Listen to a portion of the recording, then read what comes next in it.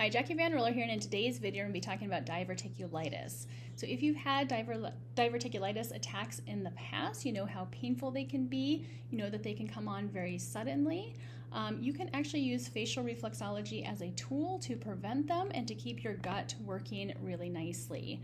If you're not already subscribed to my Instagram channel, I do post these face maps on there, so you can follow along with the videos, and then you can also begin to do these daily if you need to, so that you can avoid diverticulitis flare-ups. So we're going to start on the forehead. About a fourth of the way down the center of the forehead, we have a point for the large intestine.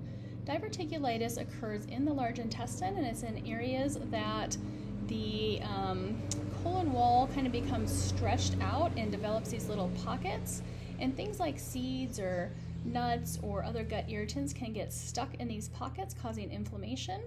And where the danger comes with that is that if that inflammation actually causes a rupture within the gut, that's where we can cause some serious problems. Luckily, that's not very common for that to happen, but oftentimes if you do get diverticulitis, your doctor will put you on an antibiotic in order to avoid that from happening. Next area you're going to work is halfway between your brow and your hairline, just straight across. You can just do back and forth motions with your tool, and this is a point for pain relief. On this right hand side that we're working right now, this will also stimulate the gallbladder, and the gallbladder is an organ that's really good for cleaning out your gut. So it is a detergent, and its job is to take all the toxins and the irritants that the liver has tagged for removal and literally clean it out of your gut.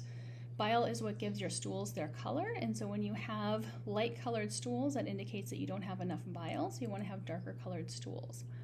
On the left hand side, the same point has a lot to do with the spleen, and the spleen is also a cleaning out point as it stimulates the lymphatic system. Okay. Next, we're going to work right at the inner brow in here, and this is another relaxation point for relieving pain and discomfort. It's a paired point with the point we just did, so it helps to just relieve pain and calm down the nervous system.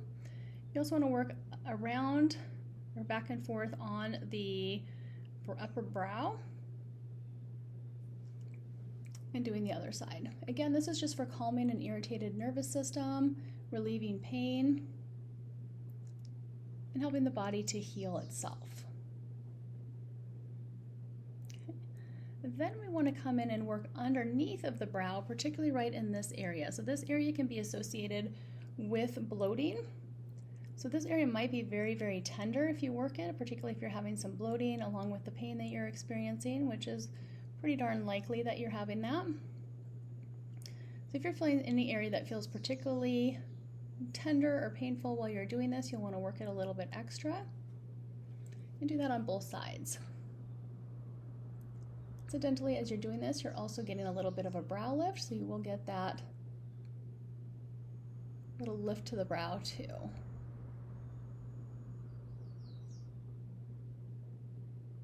Okay. From here, I'm actually going to have you come down and work this point right here. This is a point you do not want to work if you're pregnant, but this is an ejection spot. So after working the spot for bloating, this is a point you can eject some of that extra air if it's there bothering you, causing a lot of pain and tenderness.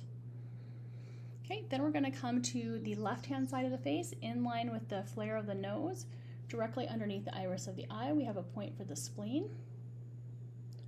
So again, the spleen is helping to clear and clean through lymphatic drainage. So it's the largest lymph node of the body. And it also helps to maintain your red blood cell count. So if you have an infection or you have irritation, a lot of times that can affect your red blood cell count, can make you look very pale or even grayish. And so this is going to help to improve oxygenation to all of your cells, in particular your digestive system. Then we're going to work the liver gallbladder points on the right-hand side. So in line with the bottom of the nose, directly under the iris of the eye, we have the point for the liver.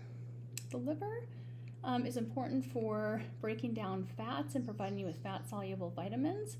You actually want to eat a lot of healthy fats, and when I say healthy fats, I mean saturated fat and cholesterol. You can use coconut oils, a really high quality olive oil or avocado oil or things like that are really helpful for your liver and gallbladder. Those help to break down fats, but also lubricate your intestines. You need lots of healthy fats in order for things to move smoothly through your intestines. Now, a lot of people think that you need to eat a ton of fiber to have healthy intestines, and that's actually false. You'd want to not eat as much fiber because having a lot of fiber can actually cause that stretching within the large intestine, and particularly if you have a poor microbiome in that, it can feed off of some of the fiber and actually cause the non-beneficial bacteria to build up and cause more of a problem in your gut than not. So you actually want to avoid fiber and anything that can cause gas or irritation in your large intestine.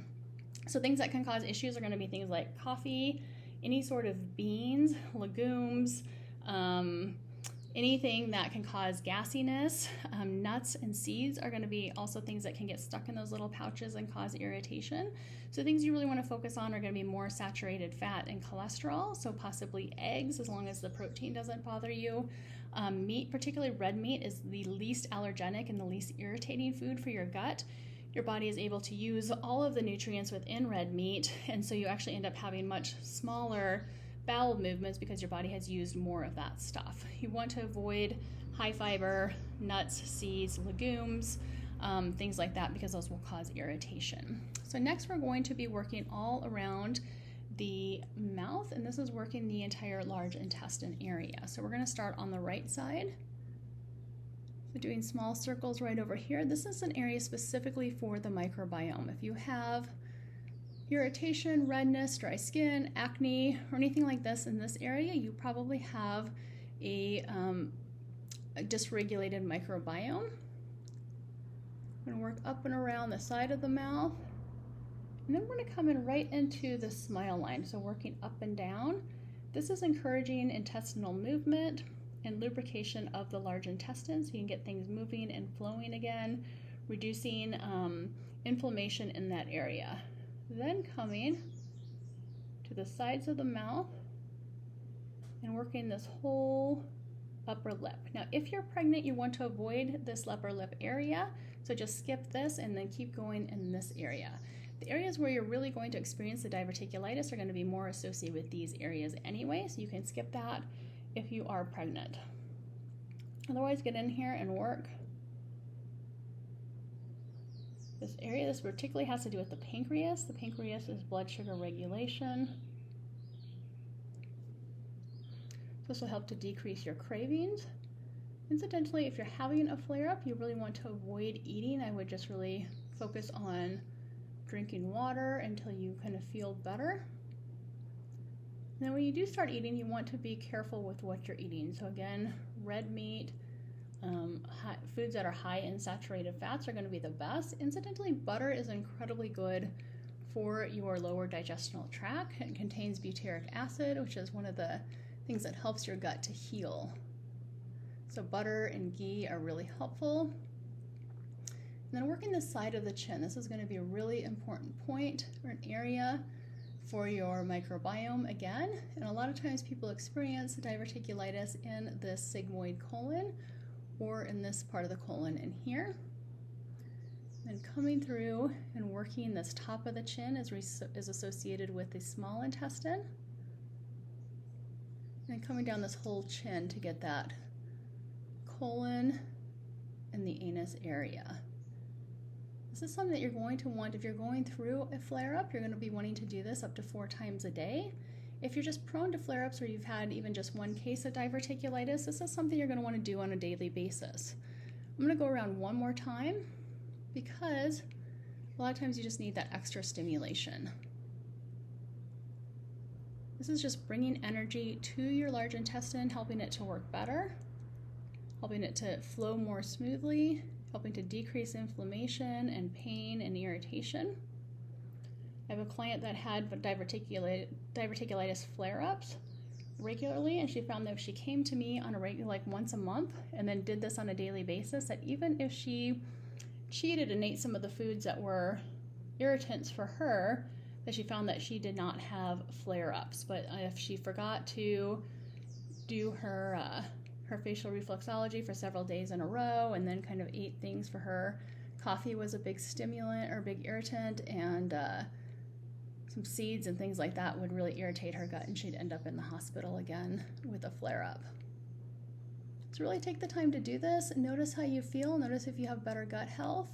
And then follow some of those dietary guidelines that I recommend. They're kind of opposite of what you'll hear from doctors and stuff, but I bet that you'll have a much better prognosis if you do find yourself eating more red meat, saturated fat, and cholesterol, because those are lubricants for the digestive tract, and they will actually decrease inflammation. As always, thanks for watching. If you found this video helpful, please share it with friends and family members, and please help get the word out that you can be in control of your health. We know that a lot of times what you're hearing from doctors, what you're hearing from the food pyramid, what you're hearing from the media is not exactly helpful and may be causing more issues with your health. So thank you for watching. I will see you soon.